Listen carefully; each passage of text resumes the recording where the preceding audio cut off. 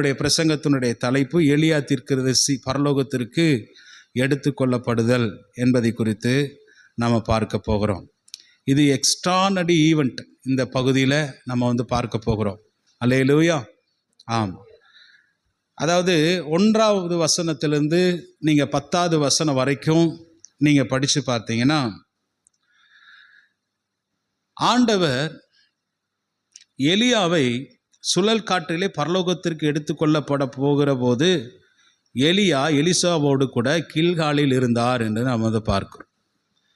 ஆண்டவர் எலியாவுக்கு சொல்லிட்டாரு, நான் உன்னை என்ன செய்ய போகிறேன், எடுத்துக்கொள்ள போகிறேன் அப்படின்னு. யாருக்குமே சொல்ல மாட்டார், நீ இந்த டைமில் நீ மறிக்க போகிற. ஆனால் எலியாவுக்கு கர்த்தர் சொல்கிறாரு, நான் உன்னை இன்னைக்கு உன்னை பரலோகத்துக்கு உயிரோடு கூட எடுத்துக்கொள்ள போகிறேன் என்று ஆண்டவர் சொன்னார். அதாவது பைபிள்லேயே பார்த்தீங்கன்னா 2 நபர்கள் உயிரோடு கூட எடுத்துக்கொள்ளப்பட்டு போனாங்க. ஒன்று ஏனோக். அவர் 365 வருஷம் உயிரோடு இருந்தார். 300 வருஷம் தேவனோடு கூட நடந்தார், சஞ்சரித்து. ஹி வாக்டு வித் காட் என்று ஆங்கிலத்திலே இருக்கிறது. அவர் தேவனோடு கூட நடந்தார். 365 வருஷத்தில் 300 வருஷம் தேவனோடு கூடவே 24 ஹவர்ஸும் ஒரு மனுஷன் ரிலேஷன்ஷிப் வைத்திருந்தால் மாத்திரமே தேவன் அவனை பரலோகத்துக்கு நேரடியாக எடுத்துக்கொள்ளப்பட முடியும். அல்லேலூயா. இது ஆதியாகமத்தின் புஸ்தகம், எபிரேயர் நிருபம், இதில் எல்லாம் நம்ம 11ஆம் அதிகாரத்தில் எல்லாம் நம்ம வாசிக்கிறோம். ஆண்டவர் அவன் பேசி கொண்டிருக்கையில் கர்த்தர் அவனை என்ன செய்தார், எடுத்துக்கொள்ளப்பட்டு போனார். பைபிளில் எபிரேயர் நிருபத்தில் 11ஆம் அதிகாரம் ஏனோக்கை குறித்து சொல்லப்பட்டிருக்கிறது. அவன் எடுத்துக்கொள்ளப்படுவதற்கு முன்பதாகவே கர்த்தருக்கு பிரியமானவன் என்று சாட்சி பெற்றான், நற்சாட்சி பெற்றான் என்று அந்த பகுதி எழுதப்பட்டிருக்கிறது. பாருங்க, வாசிங்க பார்க்கலாம்.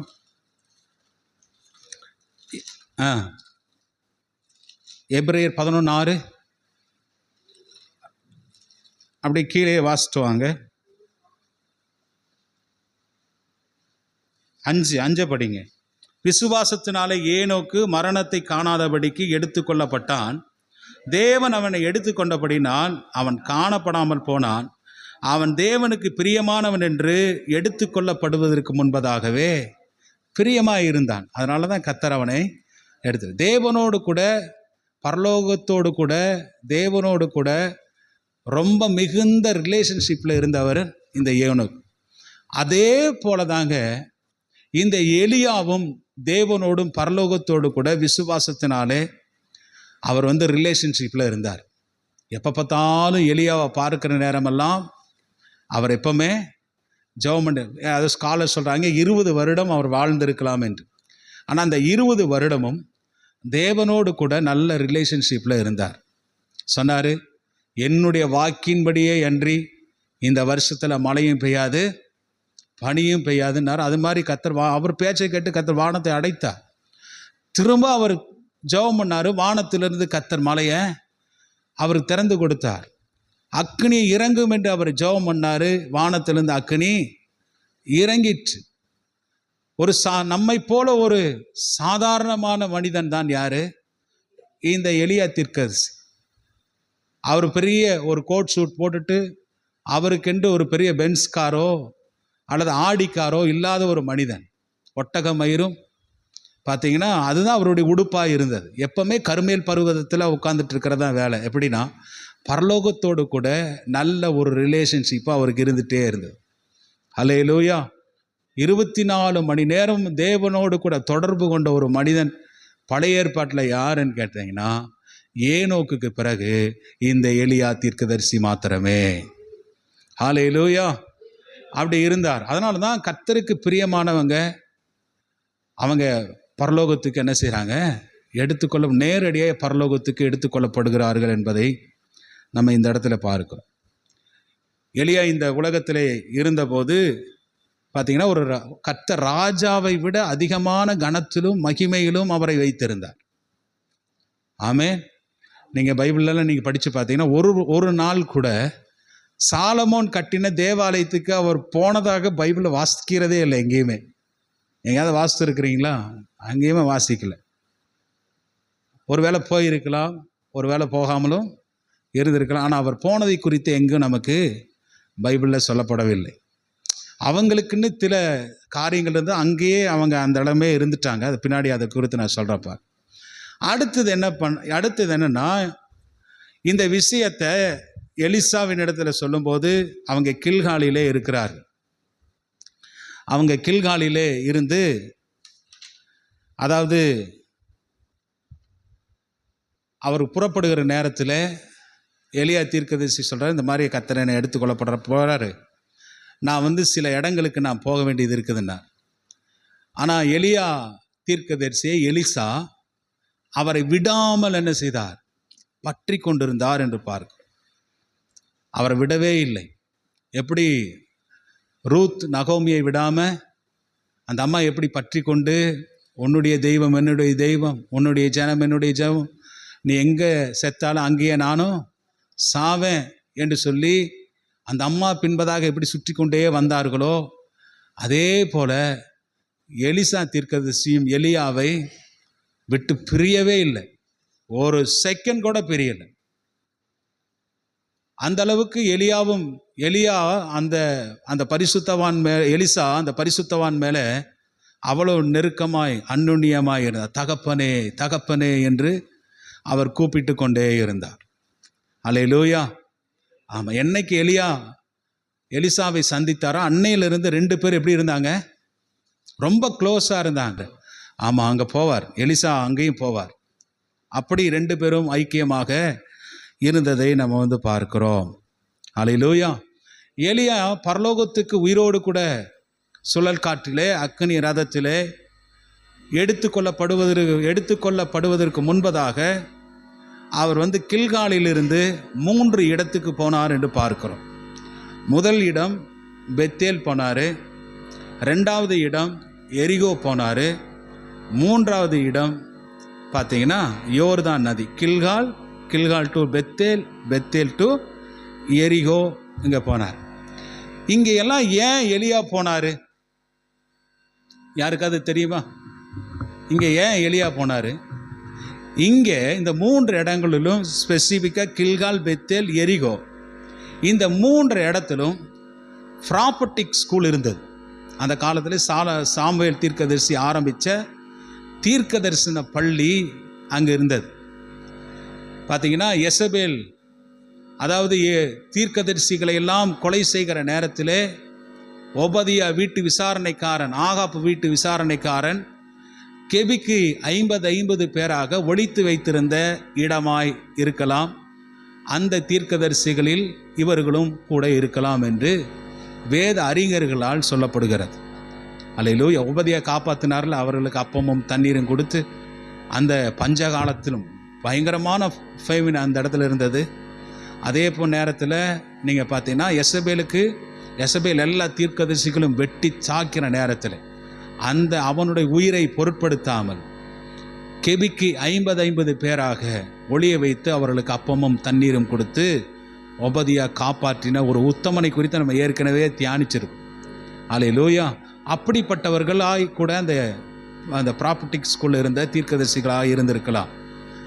அவர்களிடத்தில் இந்த மாதிரி நான் பரலோகத்துக்கு கர்த்தர் என்னை எடுத்துக்கொள்ளப்பட போகிறாரு, அதனால் நான் பரலோகத்துக்கு போகிறேன்னு சொல்லி அவர் என்ன செய்யலாம்? போய் சொல்லுவதற்காக அந்த 3 இடத்துக்கு போயிருக்கலாம் என்று நான் நம்புகிறேன். நிறைய பேர் அப்படி தான் சொல்கிறாங்க. வாசித்து பாருங்கள். ஃபார் எக்ஸாம்பிள், ஒரு வசனத்தை நீங்கள் வாசித்து பாருங்கள்.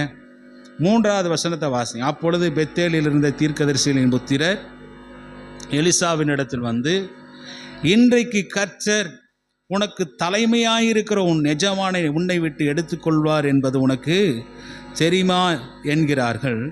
அதற்கு அவன், எனக்கு தெரியும், நீங்கள் சும்மா இருங்கள் என்றான். இப்போ அங்கே போகிறாரு. அங்கே போய் அவங்களிடத்துல சொல்கிறாரு, இன்றைக்கி கர்த்தர் என்னை எடுத்துக்கொள்ளப்பட்டு போகிறாரு. இந்த விஷயத்தை சொல்லும்போது எலிசாவுக்கு இந்த விஷயம் அவங்களுக்கு தெரியாதுன்னு நினச்சிட்டாங்க. அல்லேலூயா. அதனால தான் கேட்குறாங்க, இன்றைக்கி உன்னுடைய எஜமானை உன்னை விட்டு. இத்தனை தீர்க்கதரிசிகளும் இருந்தாங்க. இல்லை, கிட்டத்தட்ட ஏகப்பட்ட தீர்க்கதரிசிகள் இருந்தாங்க. பாகாலுக்கு முன்பதாக முழங்கால் படியிடாத 7000 பேர் இருந்தாங்க.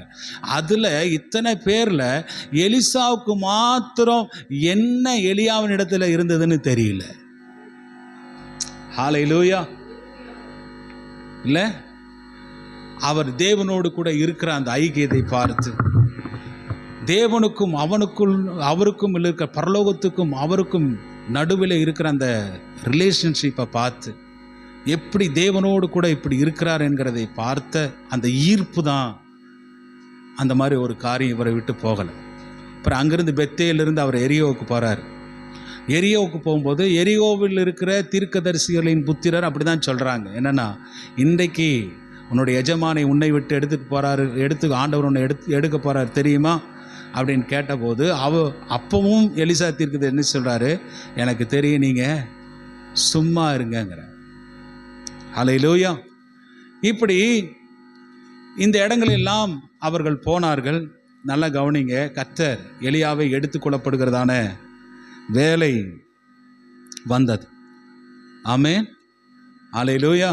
வேலை வந்தது. எரிகோவிலிருந்து இவங்க அடுத்து எங்கே போகிறாங்க? யோர்தான் நதிக்கு போகிறாங்க. அந்த யோர்தான் நதியிலே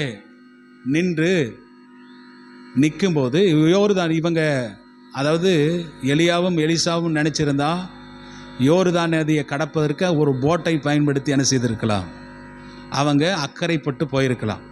போட்டில் போயிருக்கலாம், அல்லது முடிஞ்சால் நீச்சல் அடித்து கூட போயிருக்கலாம். ஆனால் யோர்தான் நதி ஒரு ஆழமான, சில இடங்களில் ஆழமான நீர் வருகிற இடங்கள் தாங்க. ஆனால் அந்த இடத்துல எலியா நின்று தன்னுடைய சால்வையை எடுத்து அந்த தண்ணியை அடிக்கும்போது அது தண்ணி ரெண்டாக பிளந்தது என்று நம்ம பார்க்கிறோம். அல்லேலூயா. நல்லா கவனிங்க, ஒரு விஷயத்தை சொல்கிறேன் பாருங்க. இஸ்ரவேல் ஜனங்கள் எகிப்து தேசத்திலிருந்து கர்த்தர் கொண்டு வந்தார்.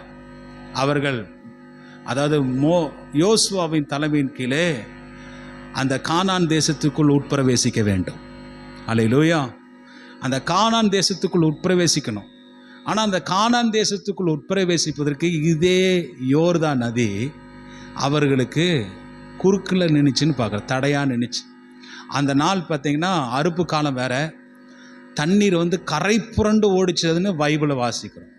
கரை புரண்டு ஓடிச்சு.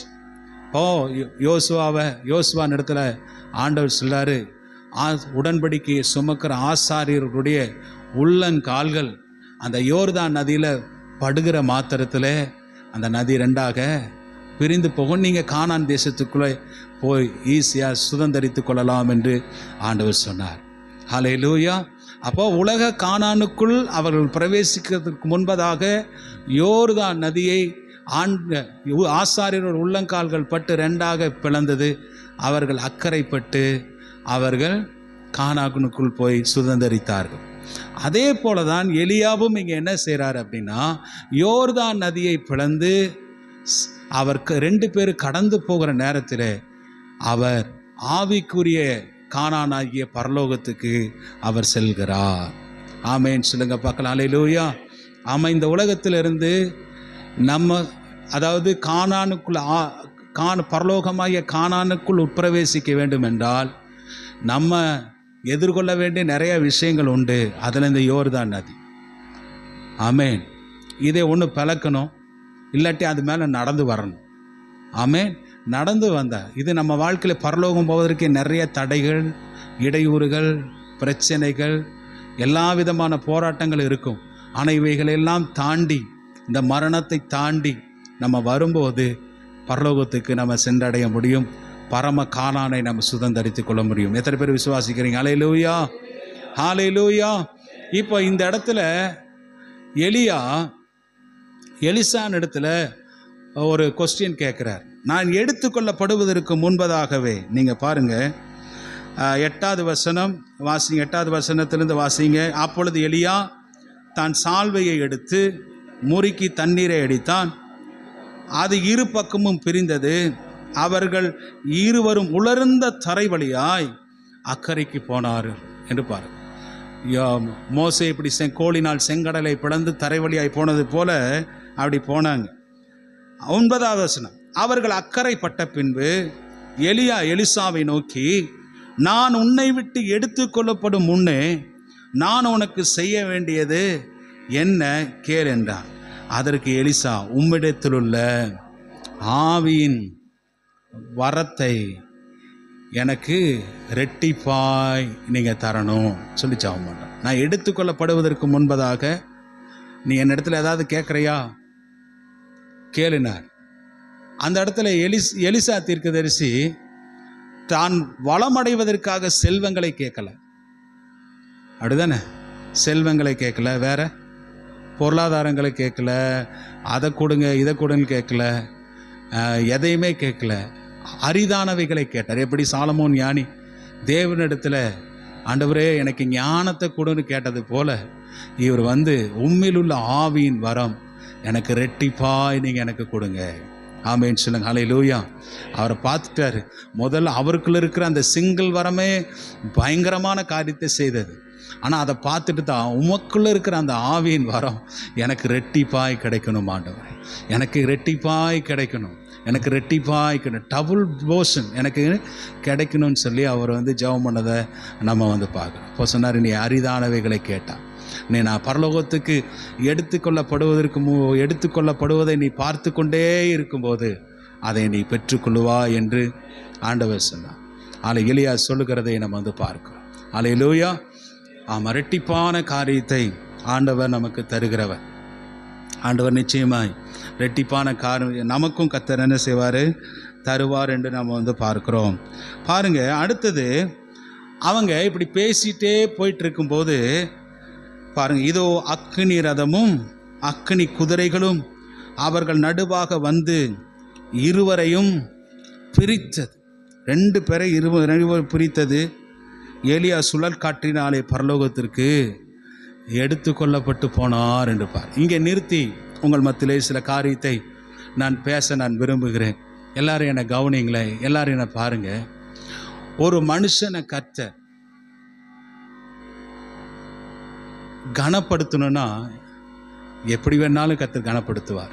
இயேசு கிறிஸ்து இந்த உலகத்தில் இருக்கும்போது சொன்னார், ஒருவன் எனக்கு ஊழியம் செய்வானால் பிதாவானவர் அவனை கனம் பண்ணுவார். நான் நினைக்கிறேன் அது இதுவா இருக்குமோ? பூமிக்குரிய ரதங்களை கர்த்தர் அனுப்பல, பூமிக்குரிய எந்த ஒரு காரியத்தையும் அவனுக்கு அனுப்பி அவனை கனப்படுத்தலை. ஆண்டவர் பரலோகத்தில் இருந்து கர்த்தர் அக்னிமயமான ரதங்களையும் அக்னிமயமான குதிரைகளையும் ஆண்டவர் அனுப்பினார் என்று பார்க்கிறோம். சங்கீதம் 68:17 நம்ம வாசிக்கிறோம், தேவனுடைய ரதங்கள் 1000ங்களும் 10000 இருக்கிறது என்று பார்க்கிறோம். 1000 ரதங்கள், 1000 குதிரைகள் ஆண்டவர் வைத்திருக்கிறதாக அந்த பகுதியிலே நம்ம வாசிக்கிறோம். அல்லேலூயா. இதெல்லாம் இந்த உலகத்தில் அவன் ஊழியம் செய்ததுக்கான கனப்படுத்துதல். ஆமென் சொல்லுங்க பார்க்கலாம். அல்லேலூயா. எப்படி ஒரு வெற்றி சிறந்த மனிதனுக்கு, வெற்றி பெற்ற ஒரு மனிதனுக்கு கனம் உண்டாகுமோ, எப்படி ஒரு இளவரசன் ராஜாவாக சிங்காசனத்திலே உட்காரும்போது எப்படி அந்த கனம் உண்டாகுமோ, அதே போல் ஒரு கனத்தை என் பரலோக தேவனாய கர்த்தர் அவனுக்கு கொடுத்திருக்கிறார். ஹல்லேலூயா, ஹல்லேலூயா. கர்த்தர் பரலோகத்திலிருந்தே அக்கினி ரதத்தை அனுப்பி, அக்கினி குதிரைகளை அனுப்பி அவனை அதிலிருந்து ஏறி வர கர்த்தர் செய்தார். நான் தான் சொன்னேன், இந்த உலகத்தில் இருக்கிற ராஜாக்களை விட மற்ற மனிதர் எல்லாரை விட, ஊழியர்களை விட ஆண்டவர் எலியாவை உண்மையாலுமே அவங்களை எல்லாம் விட மேன்மையாக தான் கர்த்தர் வச்சிருந்தார். அல்லேலூயா. பூமிக்குரிய கனம் இல்லைங்க இது, மனுஷனுக்குரிய கனம் இல்லை. மனுஷன் ஒரு கனப்படுத்தினான்னா அவனை கீழேயும் சாய்க்கிறதுக்கு அவனுக்கு நிறைய வாய்ப்பு இருக்கு. ஆனால் கர்த்தர் ஒரு மனிதனை கனமன்னா கர்த்தர் அவனுக்கு பரலோகத்திலிருந்து ரதங்களை கர்த்தர் அனுப்புவார். அல்லேலூயா. தேர் வந்தது. ஆமென். அல்லேலூயா. பைபிளில் நீங்கள் கர்த்தர் எனக்கு இதை இமேஜின் பண்ணபடி நான் படிச்சுட்டே இருக்கும்போது எனக்குள்ள நிறைய தாட்டம் ஓடிக்கிட்டே இருந்தது. பாருங்கள், ஆண்டவர், அதாவது ரதங்கள் பரலோகத்தில் இருக்குது. ஆண்டவர் எசேக்கியேல் தீர்க்கதரிசன புஸ்தகத்திலாம் நீங்கள் படித்து பாருங்கள், கேருபீன்கள் அந்த சீனை அவர் பார்க்குறார். அதை பார்க்கும்போது அந்த கேருபீன்களுக்கு கீழே சக்கரம் இருந்ததாக பைபிள் இருக்கு. சக்கரங்கள் இருந்தது. அல்லேலூயா. அந்த கேருபீன்கள் தேவனுடைய சிங்காசனத்தை சுமந்து கொண்டிருந்தது. அந்த சிங்காசனத்தின் மேலே சேராபீன்கள் இருந்தது, அதற்கு கீழே ஜீவன்கள் இருந்தது. அல்லேலூயா. கர்த்தர் பாருங்க, உட்கார்ந்துட்டு இருக்கிற ஒருவேளை அந்த கேருபீன்களை அனுப்பி இருக்கலாம், ரதங்களாக கர்த்தர் அனுப்பி இருக்கலாம், குதிரைகளாக கர்த்தர். தேவனுடைய ரதங்கள் 1000ம் 10,000மா இருக்கிறது. ஒரு மனுஷனை கனப்படுத்தணும்னா கர்த்தர் எப்படி வேணாலும் என்ன செய்வார்? கனப்படுத்துவார், கனப்படுத்துவார், கனப்படுத்துவார். ஹல்லேலூயா. எந்த ஊழியக்காரங்களுக்கு கிடைக்காத ஒரு மேன்மையை கர்த்தர் எலியா தீர்க்கதரிசிக்கு கர்த்தர் வச்சிருந்தார். அவங்க 2 பேர்த்தையும் பேட்ரிக் அப்படின்னு ஒரு ஸ்காலர் சொல்றாரு. என்னன்னா, அந்த ரதங்கள் அவன் இஸ்ரவேல் ஜனங்களுடைய வீதிகளிலே நடந்து அவங்க 2 பேரையும் ஓடி அந்த 2 பேரையும் பிரித்ததாக அவர் சொல்லுகிறார். பேசிட்டு இருக்கும்போது 2 பேரையும் செப்பரேட்டாக பிரிச்சுட்டு போயிடுச்சு. ஆமே. அந்த அக்கினி ரதங்களை எலியா பார்த்தார். எரியோவில் இருந்த தீர்க்கதரிசிகள் அந்த அக்கினி ரதங்களை பார்த்தார்கள், குதிரைகளை பார்த்தார்கள். கர்த்தர் அவ்விதமாய் எலியாவை கர்த்தர் கனம் பண்ணினார். நினச்சிருந்தா எலியா அப்படியே காத்து, நீ மேலே வாப்பா, நீ ஏறி வா அப்படின்னு வெளிப்படுத்தின விசேஷம் 4ஆம் அதிகாரத்தில் யோவான் சொன்னதுக்கு போல சொல்லி இருக்கலாம். ஆனால் கர்த்தர் எலியாவை கனப்படுத்த விரும்பினதினாலே ஆண்டவர் ரதங்களை அனுப்பி, கர்த்தர் பரலோக ரதங்களை அனுப்பி கர்த்தர் அவனை கனப்படுத்தினார். ஹல்லேலூயா. இது பார்த்தீங்கன்னா கிறிஸ்துவத்துக்கு அடையாளமாக இருக்கிறது. அதாவது இயேசு கிறிஸ்து ரகசிய வருகையில் இந்த பூமிக்கு அவர் என்ன செய்வார்? வரும்போது பைபிளை வாசிக்கிறோம், 1000 தூதர்களோடும் தேவ எக்காலத்தோடும், அடுத்தது பரிசுத்தவான்களுடைய ஆத்துமாக்களோடும் கூட இந்த உலகத்துக்கு வருவார். அப்பொழுது அதை மரித்தவர்கள் முதலாவது எழுந்திருப்பார்கள், பின்பு உயிரோடு இருக்கும் நாமும் மறுரூபமாக்கப்பட்டு அவருக்கு நாம் எதிர்கொண்டு போவோம் என்று இருக்கிறது. ஹல்லேலூயா. அப்போது இந்த எலியா தீர்க்கதரிசி இன்னொன்னுக்கு அடையாளம் என்னென்னா, ரகசிய வருகையில் இயேசு கிறிஸ்து வரும்போது உயிரோடு இருக்கிற பரிசுத்தவான்களுடைய உயிர்த்தெழுதலுக்கு இவர் அடையாளமாய் அவர் இருந்தார். ஹல்லேலூயா, ஹல்லேலூயா. சாகாமல் எடுத்துக்கொள்ளணும்னா அது சாதாரணமான விஷயம் இல்லை. அந்த அளவுக்கு கர்த்தரோடு கூட நெருக்கமாக இருந்தபடினாலே ஏனோக்கையும் இவரையும் கர்த்தர் பரலோகத்துக்கு எடுத்துக்கொண்டார். ஆமென், ஹல்லேலூயா. நம்ம கர்த்தருக்கு பிரியமான கனம் பண்ணார் பாருங்க. கர்த்தர் கனம் பண்ணுற விஷயங்கள் பாருங்க, எவ்வளவு அதிகமாக கனம் பண்ண இந்த கனம். அதனால் ஒரு மனுஷனுக்கு இந்த உலகம் கொடுக்குற கனம் அல்ல, பரலோகம் கொடுக்குறதே மேலான கனம். ஹல்லேலூயா. ஸ்தேவான் பாருங்க, கல்லறிப்பட்டு நிற்கும்போது பிதாவே இவங்களுக்கெல்லாம் மன்னிங்கன்னு சொல்லி ஜெபம் பண்ணுறாரு. ஜெபம் பண்ணுற நேரத்தில் வானம் திறக்கப்பட்டு உட்கார்ந்துட்டு இருந்த இயேசு கிறிஸ்து எழுந்திருந்து அவரை வரவேற்றார் என்று பார்க்கிறோம். ஹல்லேலூயா. எலியாவை கனம் பண்ணுறது கர்த்தர் எப்படி கனம்? ரதங்களை அனுப்பி குதிரைகளை அனுப்பி அவனை பரலோகத்துக்கு கர்த்தர் கூட்டி சுழல் காற்றிலே பரலோகத்திற்கு இது இமேஜ் பண்ணி பாருங்க. கர்த்தர் உங்களுக்கு செய்தால் எப்படி இருக்கும்? ஹல்லேலூயா. நமக்கு செய்தால் எப்படி இருக்கும்?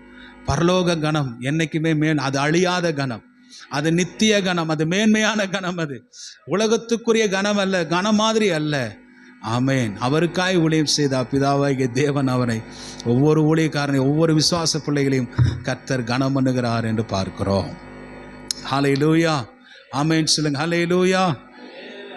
இப்போ என்ன நடக்குது? அடுத்த காரியத்துக்கு நீங்கள் வாங்க.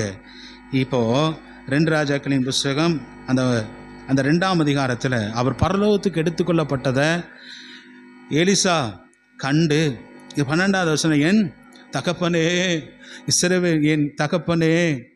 இஸ்ரவேலுக்கு ரதமும் குதிரை வீரருமாய் இருந்தவரே என்று புலம்பினான். அவன் அப்புறம் காணாமல் தன் வஸ்திரத்தை பிடித்து 2 துண்டாக கிழித்தான் என்று பாரு. இங்கே பாருங்க, அவர் சொல்கிறான், பரலோகத்துக்கு எடுத்துக்கொள்ளப்பட்டு போகும்போது அவனை பார்த்து புலம்பல் பாடினான், என் தகப்பனே, என் தகப்பனே, இஸ்ரவேலுக்கு ரதமும் இஸ்ரவேலுக்கு நீர் குதிரை வீரருமாய் இருந்தவரே, குதிரை வீரருமாய் இருந்தவரே. பாதுகாப்பாக இருந்தாருங்க இஸ்ரவேலுக்கு. அவர் இருந்த நாட்கள் வரைக்கும் எந்த சத்துரு உள்ள வர முடியாது. ஹல்லேலூயா. எந்த மனுஷனும் எதிரிகள் உள்ள வர முடியாது. ஆமாம். எந்த ஒரு தீங்கு நடப்பதற்கு இந்த எலியா ஒரு பாதுகாப்பாய் அந்த உலகத்தில் இருந்தார். ராஜாக்களே தப்பு பண்ணாலே எதிர்த்து நின்னார். ஆமே. எசபேலே தப்பு பண்ணா, ஆகாப் ராஜா தப்பு பண்ணா, யாரு தப்பு பண்ணாலும் எதிர்த்து நின்று ஊழியம் பண்ணினார். பாவத்துக்கு விரோதமாய் போராடினார், விக்கிரகங்களுக்கு விரோதமாய் போராடினார், பிள்ளி சூனியத்துக்கு விரோதமாய் போராடினார். ஹல்லேலூயா.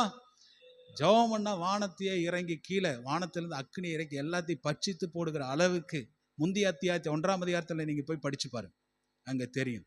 அவருக்கு விரோதமாய் செயல்பட்ட எல்லாரையும் கர்த்தர் வானத்திலிருந்து இறக்கி அழித்தார் என்று பார்க்கிறோம். ஆமென், அல்லேலூயா. தகப்பனே, இந்த உலகத்துல எலியா இருக்கும்போது அந்த 20 வருஷ காலத்துல இஸ்ரவேலினுடைய தீர்க்கதரிசிகளின் புத்திரருக்கும் சரி, எலியாவுக்கு சரி, நல்ல ஒரு ரோல் மாடலா இருந்தார். ஆமென், அல்லேலூயா. பாருங்க, இந்த உலகத்திலிருந்து ஒரு மனுஷன் பரலோகத்துக்கு எடுத்துக்கொள்ளப்பட்டு போறான்னா அவனிடத்திலிருந்து பல நன்மைகளை கற்றுக்கொள்ள வேண்டும். மற்றவங்க கற்றுக்கொள்ளணும், அவனுடைய உடனூழியர்கள் கற்றுக்கொள்ள வேண்டும். அல்லேலூயா. தீர்க்கதரிசன புத்திரர்கள் கற்றுக்கொள்ள வேண்டும், நம்ம குடும்பம் கற்றுக்கொள்ளணும், நம்முடைய பிள்ளைகள் நம்மை கற்றுக்கொள்ளணும். நம்ம அப்பா இடத்துலேருந்து இதை நான் கற்றுக்கிட்டேன், எங்கள் அப்பா எனக்கு ரோல் மாடலாக இருந்தார் அப்படின்னு சொல்லுகிற அளவுக்கு ஆகாப்பு மரிச்சார். எந்த ரோல் மாடலுமே இல்லை. அவனுடைய மகன் 1ஆம் அதிகாரத்தில் மரிச்சான், எதையும் விட்டுட்டு போகவில்லை, நல்ல காரியத்தை. ஆனால் இந்த இடத்துல பரிசுத்தவானாகிய எலியா அடுத்த தலைமுறைக்கு, அடுத்த ஒரு ஜென்ரேஷனுக்கு சில நல்ல காரியங்களை விட்டு வைத்து போனார்.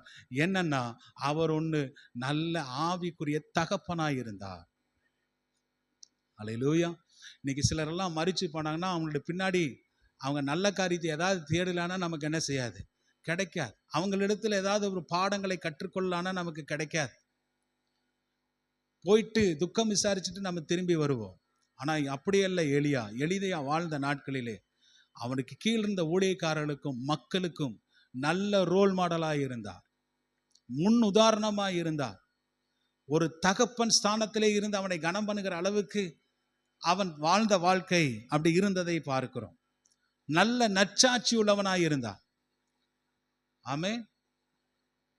ஆண்டவர் சாரிபாத் ஊர் விதவையின் வீட்டுக்கு போச்சாரு.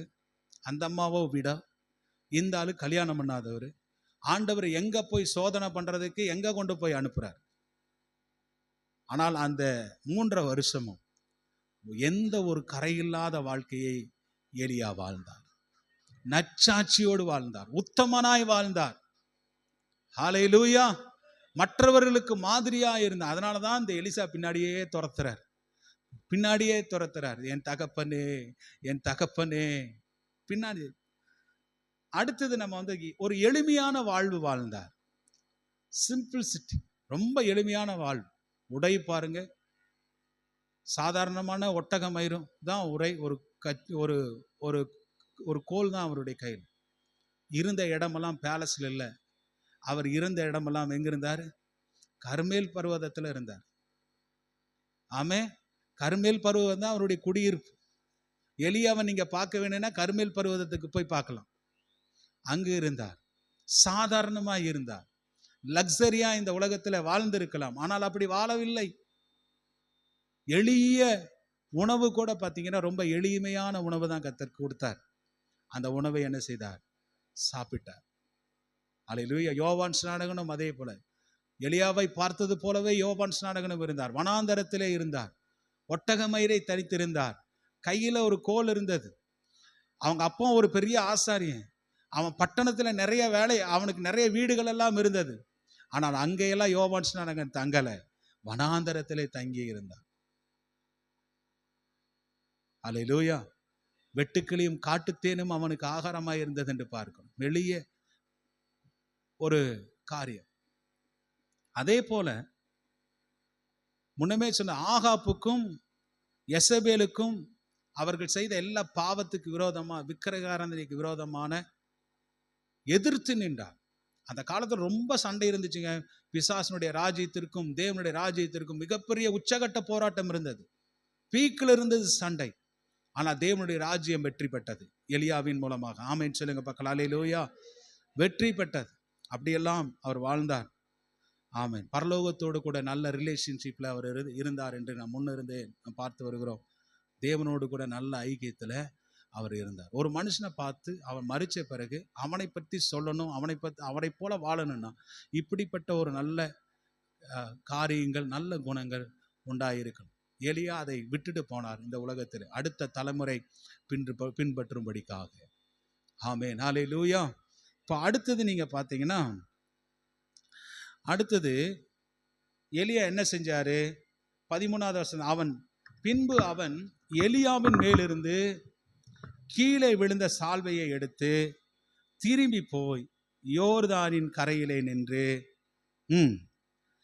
எலியாவின் மேலிருந்த கீழே விழுந்த சால்வையை பிடித்து, எலியாவின் தேவனாகிய கர்த்தர் எங்கே என்று தண்ணீரை அடித்தான்.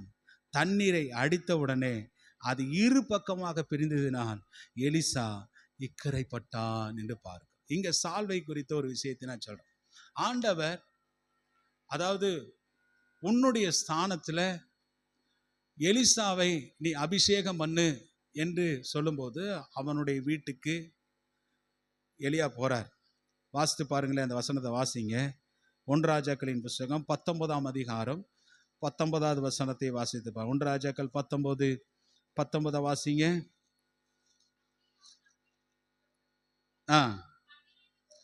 ஏற்பா எலிசாவை கண்டான். அவன் 12ஆம் ஏரை ஓட்டி கொண்டிருந்தான்.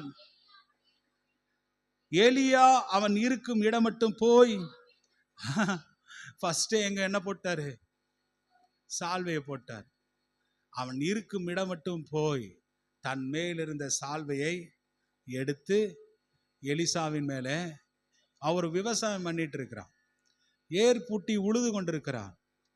நீ அவனை உன்னுடைய ஸ்தானத்திலே நீ தீர்க்கதரிசியாக அபிஷேகம் பண்ணு என்று சொல்லும்போது, அதனுடைய அதாவது சால்வையினுடைய அடையாளம் என்ன? ஏன் சால்வையை அவன் மேலே போட்டான் அப்படின்னா, அதாவது அடுத்த வாரிசாக, தீர்க்கதரிசிக்கு அடுத்த, எலியாவுக்கு அடுத்த வாரிசாக, அடுத்தது அடுத்த தலைமைத்துவத்துக்கு தகுதியான ஆளாக மாற்றுவதற்கு தான் இந்த சால்வையை அவன் மீது என்ன செய்றாங்க?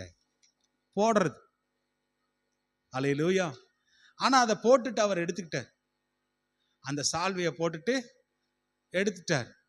அன்றையிலிருந்து தன்னுடைய பார்த்தீங்கன்னா அங்கே போய் விருந்தெல்லாம் பண்ணி முடித்த கடைசியில் அவர் எலியாவோடு கூடவே ஒட்டிக்கிறார். எலியாவோடு கூடவே அவர் இருந்த 20 வருஷம் எலியா இருந்தார்னு வச்சுக்க. இந்த 20 வருஷமா எலியாவோடு கூடவே அவர் வாழ்ந்தார், அவரோடு கூடவே இருந்தார். எலியா இருக்கிறப்ப அவருடைய பேச்சு எலிசா இந்த இடத்துல தான் பார்க்க. அதுக்கு பிறகு எல்லாமே மறைந்து தான் காணப்பட்டது. ரகசியம் அவரோடு கூட நல்ல ரிலேஷன்ஸ், நல்ல தீர்க்க தரிசன புத்திரரில் ஒருவரை போல ரொம்ப மற்ற எல்லாரையும் விட நல்ல நெருக்கமான ஒரு உறவிலே, நெருக்கமான ஐக்கியத்திலே நெருக்கமாக அவரோடு கூட இருந்தார் என்று அவர் செய்கிறதை எல்லாம் வாட்ச் பண்ணார். அவர் தேவனோடு கூட உறவாடின விஷயங்களை வாட்ச் பண்ணார். அல்லேலூயா. உத்தமமாக எப்படி நடக்கிறது, விசுவாசமாக எப்படி நடக்கிறது, எப்படி பரிசுத்தமாய் வாழ்வது, எப்படி பரலோகத்தோடு நல்ல தொடர்பு வைத்துக் கொள்வது என்பதையெல்லாம் அவர் பார்த்து கொண்டிருந்தார். அதனால தாங்க எலியா செய்ததை விட எலிசா செய்த அற்புதங்கள் எல்லாம் 2 மடங்கா இருந்துச்சு. எலியா 9 செஞ்சார்னா அவர் 18 அற்புதம் செஞ்சார். ஆமென் சொல்லுங்க. ஹல்லேலூயா, ஹல்லேலூயா. இவருடைய வல்லமை எலியாவை விட பயங்கர பவர்ஃபுல்லா இருந்தது. இவருடைய எலும்பு பட்டு மரிச்சவன் உயிரோடு கூட எழுந்தான். செத்து போய் 1 வருஷம் ஆகி மங்கி போன எலும்பு பட்டு மரித்து ஒருத்தன் என்ன செய்தான்? அவன் எலும்பு பட்டு உயிரோடு கூட எழுந்தான். அந்த அளவுக்கு கர்த்தர் அவனுக்கு ரெட்டிப்பான, தலைமுறைக்கும் சேவை செய்யக்கூடிய அந்த ரெட்டிப்பான வரத்தை அவன் தேவனிடத்திலிருந்து அவன் பெற்றுக்கொண்டான் என்று நம்ம பார்க்கிறோம். ஹல்லேலூயா. வாரிசாக அடுத்த நிலை தலைவராக நியமிப்பதற்கு அடையாளமாக அந்த சால்வை அவன் மேலே போட்டது. எனவே எலியாவின் மேல் இருந்த சால்வை எலிசாவின் மேலே போடப்பட்டது. அவர் போட்டு அந்த இடத்துல எடுத்துட்டார். இப்போ திரும்ப இந்த சால்வை மேலே அவர் பார்த்து கொண்டிருக்கும் போது, அவர் ரதங்கள்னால எடுத்துக்கொள்ளப்படும் போது அந்த சால்வை இவன் மேலே விழுந்தது. நீ தான் அடுத்த தலைவர், என்னுடைய ஸ்தானத்தில் இருக்க வேண்டிய தலைவர் என்பதற்காக அந்த சால்வை அவன் மேலே நிரந்தரமாக விழுந்துச்சு. இங்கே ஒரு விஷயத்தை நான் சொல்லுகிறேன், நல்லா கவனிங்க. எலியாவை கிண்டல் செஞ்சாங்களா இல்லையா? தீர்க்க தரிசன புத்திரர்கள் என்ன செய்தாங்க? கிண்டல் பண்ணாங்க. பாரியா, உங்க எஜமான், அவங்களுக்கு எஜமான் தான் அவர், அவங்களோடு கூட இருந்தவர். ஆனால் எலியா ரொம்ப கூட ரிலேஷன்ஷிப்பில் இருந்ததுனால எப்போதுமே யோசேப்பை போல கிண்டல் அடிப்பார்களாட்டிருக்கு. சகோதரர்கள் அடித்தது போல இல்லை, எலிசாவை கிண்டல் பண்ணியிருக்கணும். உங்கள் எஜமான் இன்னைக்கு எடுத்துக்கொள்ளப்பட்டு போகிறார், உனக்கு தெரியுமா அப்படின்னு நக்கல் அடித்து 3 பேரும் அப்படி தான் சொன்னாங்க. பெத்தேல்லாம் அப்படிதான் சொல்லப்பட்டது. எரிகோவிலே அந்த தீர்க்கதரிசன புத்திரர்கள் அப்படிதான் என்ன செய்தாங்க, சொன்னார்கள். ஆனா நீங்க சும்மா இருங்க, எனக்கு தெரியும் என்று அவரை பின்பற்றியே போனான். அவர் மேல சால்வை விழுந்தது. இப்போ அந்த சால்வை எடுத்து அவர் திரும்பவும் என்ன செய்றாரு, முறுக்கி எலியாவின் தேவன் எங்கே என்று சொல்லி அந்த யோர்தானை அடித்ததை பாருங்க. யோர்தான் 2 பிளந்தது. இங்கே ஒரு காரியத்தை நான் சொல்றேன். யோசுவாவை நோக்கி ஆண்டவர் சொல்றார், இன்றைக்கு நான் இஸ்ரவேல் ஜனங்களுக்கு முன்பதாக உன்னை நான் மேன்மைப்படுத்த போறேன். அவங்க எல்லாருக்குள்ள உன்னை மேன்மையாக நான் வைக்க போறேன்னு சொல்லி ஆண்டவர் ஒரு வார்த்தை யோசுவாவின் இடத்துல சொன்னார். அது எந்த சந்தர்ப்பத்தில் சொன்னார் அப்படின்னா, இந்த மாதிரி யோர்தான் நதியை அவன் பிரித்து இஸ்ரவேல் ஜனங்களை எல்லாம் உலர்ந்த தலைவலியாய் கானானை சுதந்தரிக்க அனுப்புன நேரத்தில் ஆண்டவர் இதே யோசுவாவை அந்த ஜனங்கள் எல்லாருக்கும் முன்பதாக மேன்மைப்படுத்தினார் என்று அந்த வசனத்தில் வாசிக்கிறோம். 3ஆம் அதிகாரம் 7வது யோசுவாவின் புஸ்தகம் 3:7 படிங்க பார்க்கலாம். 3:7 படிங்க. கர்த்தர் யோசுவாவை நோக்கி, நான் மோசேயோடு இருந்தது போல உன்னோடு கூட இருப்பேன். நீ இஸ்ரவேலர் எல்லாரும் நீ அறியும்படிக்கு இன்று அவர்கள் கண்களுக்கு முன்பதாக உன்னை நான் அவர்கள் கண்களுக்கு முன்பதாக நான் மேன்மைப்படுத்துவேன் என்று ஆண்டவர் சொன்னார். கீழே இன்னொரு வசனம் 4ஆம் அதிகாரம் 14வது வசனத்தை வாசிங்கள் பாருங்கள். அந்நாளிலே யோசுவாவை எல்லா இஸ்ரவேலருடைய கண்களுக்கு முன்பதாக கர்த்தர் மேன்மைப்படுத்த. எப்படி மேன்மைப்படுத்தினார்? இந்த யோர்தான் நதியினுடைய அற்புதத்துக்கு பிறகு கர்த்தர் அவனை மேன்மைப்படுத்த. அதே போலதாங்க இங்கே எலிசாவையும் கர்த்தர் மேன்மைப்படுத்துகிறார். அந்த சால்வை எடுத்து யோர்தான் நதியை 2ஆக பிளந்தது நிமித்தமாக அவனுக்கு ஒரு மேன்மையை அந்த இடத்துல கொடுத்தார். என்னன்னா, அந்த கிண்டல் பண்ணி கொண்டிருந்த அந்த தீர்க்கதரிசியினுடைய புத்திரர்கள் இப்போ என்ன செய்றாங்க தெரியுமா? எலியாவை பார்த்து பயப்பட ஆரம்பித்தார்கள். அந்த வசனத்தை நீங்க படிச்சு பாருங்க. இது எல்லாருக்கும் இன்னைக்கு ஒரு முக்கியமான ஒரு சத்தியம். இது உங்களுக்கு நல்லா கவனிங்க. 14வது வருஷம் எலியாவின் மேல் கீழே விழுந்த சால்வையை பிடித்து எலியாவின் தேவனாய கர்த்தர் எங்கே என்று சொல்லி தண்ணீரை அடித்தான். தண்ணீரை அடித்தவுடன் அது இரு பக்கமாக பிரிந்ததினால் எலிசா இக்கரைப்பட்டான். நல்ல கவனிங்க. எரிகோவில் பார்த்து கொண்டு நின்ற தீர்க்கதரிசிகளின் புத்திரர் அவனை கண்டபோது முன்னாடி நக்கல் அடித்தார்கள்.